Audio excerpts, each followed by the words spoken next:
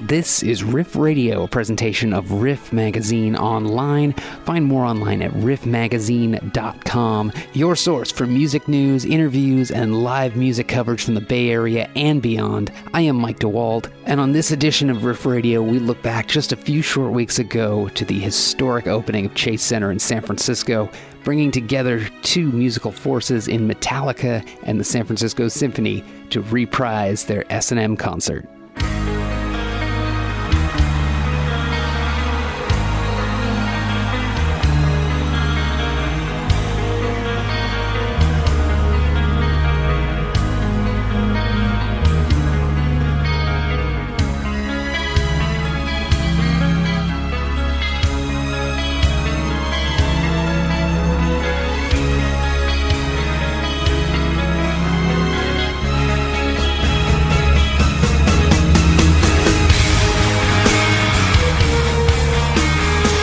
These, of course, the sounds from the Call of the Cthulhu from the original Symphony and Metallica concert. 1999 in Berkeley was the original show. Now, 20 years later, Metallica and the San Francisco Symphony Orchestra reunited September 6th and September 8th.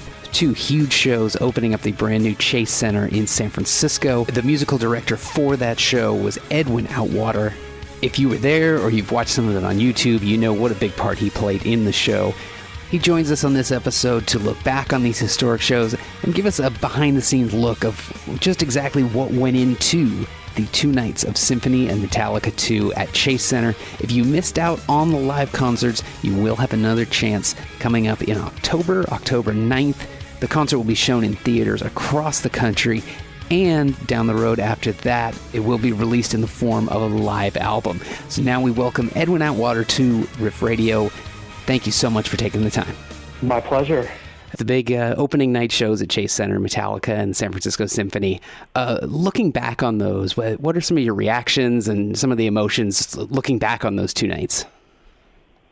I think when I was getting ready for the concert, I knew how important it would be and how many people were excited about it. And what was really amazing is just how well that it actually hit, that the show itself almost exceeded the expectations that we, the artists, had put into it.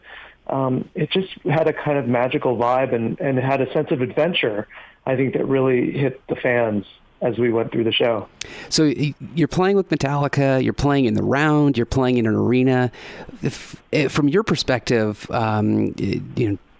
conducting it, how unorthodox a performance is that, sort of from your standpoint?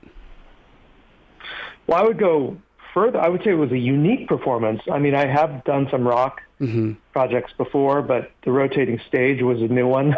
Right. And the fact that there was so much new material and just the way the stage was constructed, the fact that we were kind of on headphones and monitors, it was definitely a completely different thing than I had ever done. Now, I read an interview with you leading up to the show where you talked about some of your preparation you did, you kind of immersing yourself in Metallica and metal in general, and that really translated in kind of the emotion and some of the kind of urgency of the performance. What did that preparation look like for you heading into the show? Well, we live in the internet age, so I can kind of go down the rabbit hole. And, of course, listening to S&M and all the other Metallica albums, I've been, pretty familiar with the band before, and I listened to them for fun. But I just thought, what was the whole genre? And whenever I go into another non-classical thing, what is the whole genre about? Like, what is special about it? What can thrash metal or, Metallica's version of it do that we can't as classical musicians? And what can classical musicians do for Metallica? So it was really important to me to get an idea of the whole world around the metal, the history, that led up to Metallica, the traditions that came after it. And it made it more fun for me because I just understood the language better. Now, from a composing standpoint, are there parallels between the two worlds of sort of, classic thrash metal and classical music in song structure, or are they in any way similar to each other?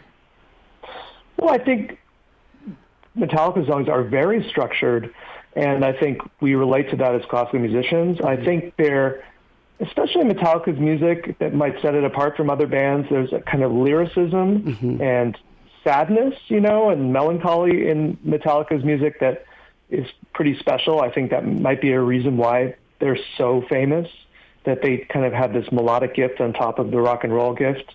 And I think the bigness and kind of the epic quality of Metallica, their songs are long, they're even a single Metallica song like Master of Puppets is a kind of journey. I think that translates very well to classical music as well.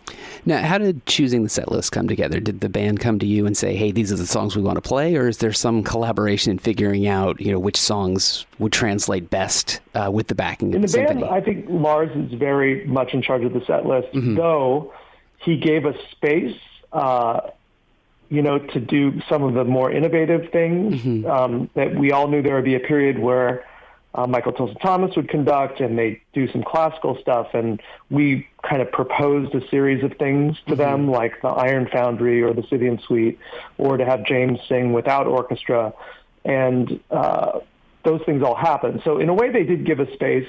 I mean, I chose one song from the set list. I think they're like down to one Cayman chart, and I voted for Outlaw Torn, which one on the set, which I think a lot of people liked. Excellent. A personal favorite, so I'm glad you did. I can take some credit for that. Excellent. It was, you mentioned it before, one of the really unique moments was James coming out and singing solo just with the symphony backing.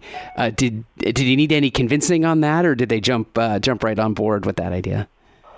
I think they were all up for it. I think that's pretty amazing for Metallica, that they are not afraid of risks, and they're actually not afraid to fail in a certain sense.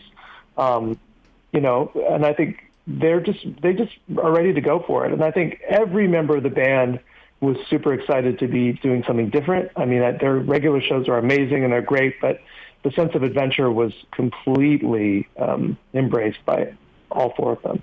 Another one of the kind of cool dramatic moments was Scott Pinkles' bass solo. How did the idea for an inspiration for that come about?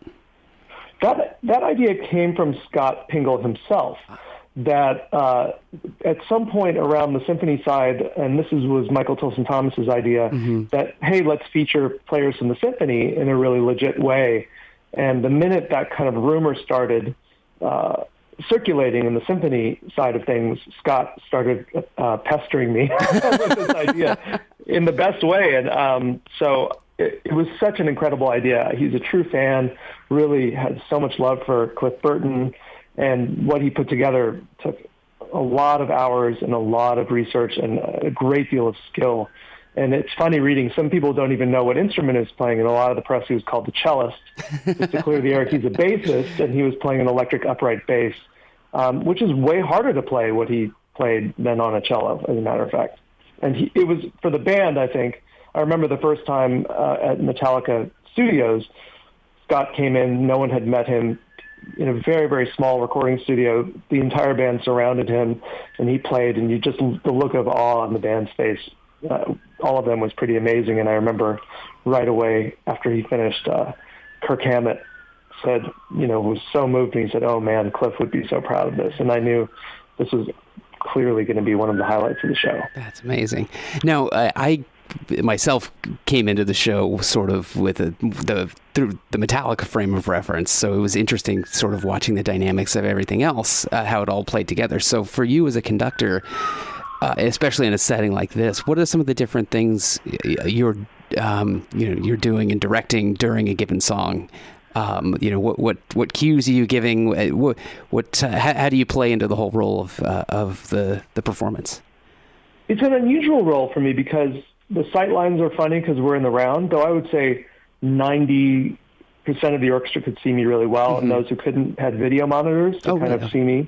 I think it was kind of firing everyone up in a certain sense. I can give cues, but it was, kind of being the figurehead and the embodiment of the orchestral sound. And so and combining kind of like rock stage presence with classical kind of know-how, I felt that was the best use of what I could do. And that kind of created a strong connection with the band and got the orchestra kind of fired up to play with the band as well. So I was having a lot of fun, and I think the orchestra got into that, and I know the band appreciated that energy, because really conductors do kind of emit energy, and they give a vibe, and I think that was my main mission outside of rehearsing and organizing everything. Right. Now, in the performance itself, how much sort of interaction or byplay do you have with the band itself? In terms of either starting songs or when the band's coming in, when the symphony's coming in, are you sort of playing off each other in that situation? There was a very complex list of starts and stops, and absolutely we do play off of each other.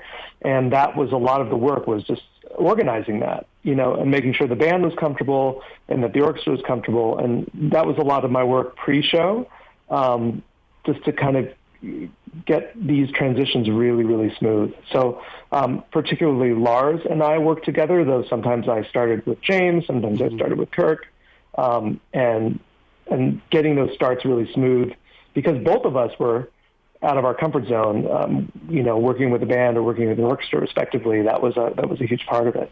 And was there a song or a moment in the show that was a particular highlight or a favorite for you, now that you look back on it?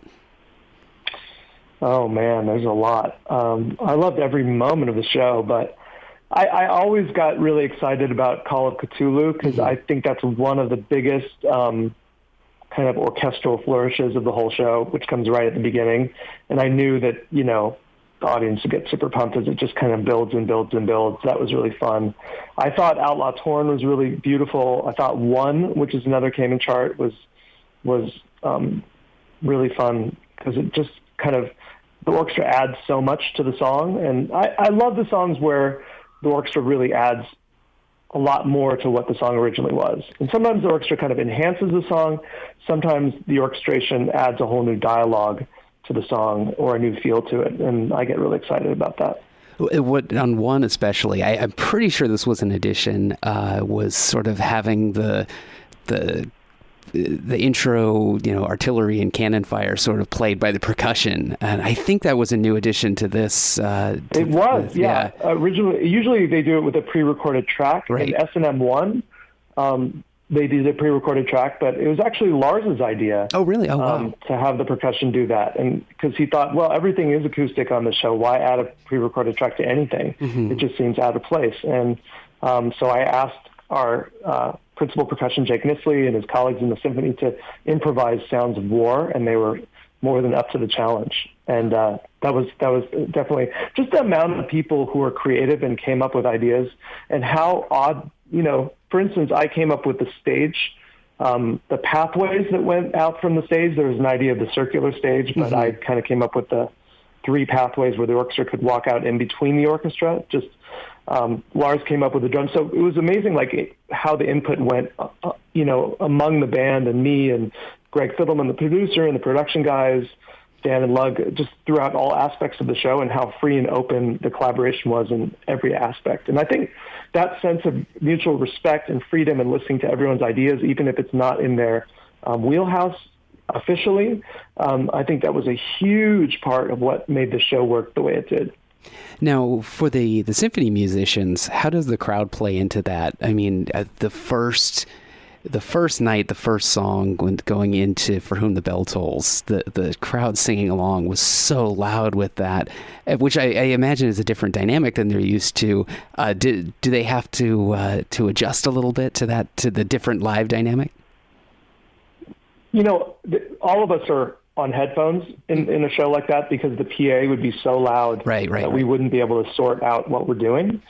So in a way, we're somewhat isolated from it as far as what we're hearing. So we can feel the energy of the crowd, and even though we're kind of on headphones. And I think the challenge for the musicians is when you're wearing headphones, you're not hearing yourself as well. Okay. The sound your instrument is making acoustically, which is what they're used to. And I thought that was probably their biggest challenge, and they did a pretty amazing job kind of dealing with that. And I think the energy, people think, oh my God, you're in a rock concert, you'll never feel applause like this. I mean, in classical music, we do feel that sometimes.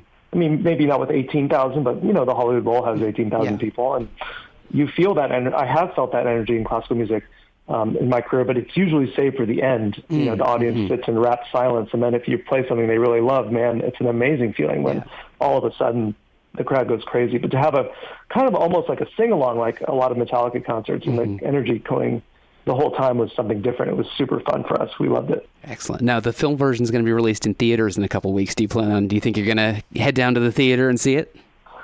Yeah, a couple friends of mine who couldn't go to the show asked me to go to the movie with them, so I'm going to go and see it. And apparently it's being screened kind of internally right now, and the feedback I'm getting is the film is going to be quite spectacular. So I have no doubt. Just the level of quality and care, you know, that Metallica puts into these things, and just the talent that they hire in a certain sense to do this is pretty extraordinary. So it'll be pretty fun to go and see that. Now, outside of this show, you have quite a resume, quite a background. Are there different shows you're working on now, or different projects you're looking at? There are lots of, I think, you know, there have always been an occasional rock project, you know, sometimes in Europe, sometimes in the States.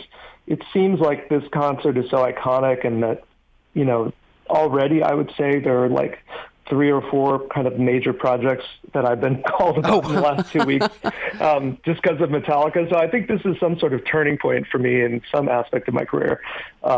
And that's kind of exciting. Excellent. Well, it was just 2 amazing, incredible nights that I know, you know, Metallica fans and San Francisco Symphony fans will never forget. So I appreciate you taking the time, and thanks so much for talking with us. My great pleasure.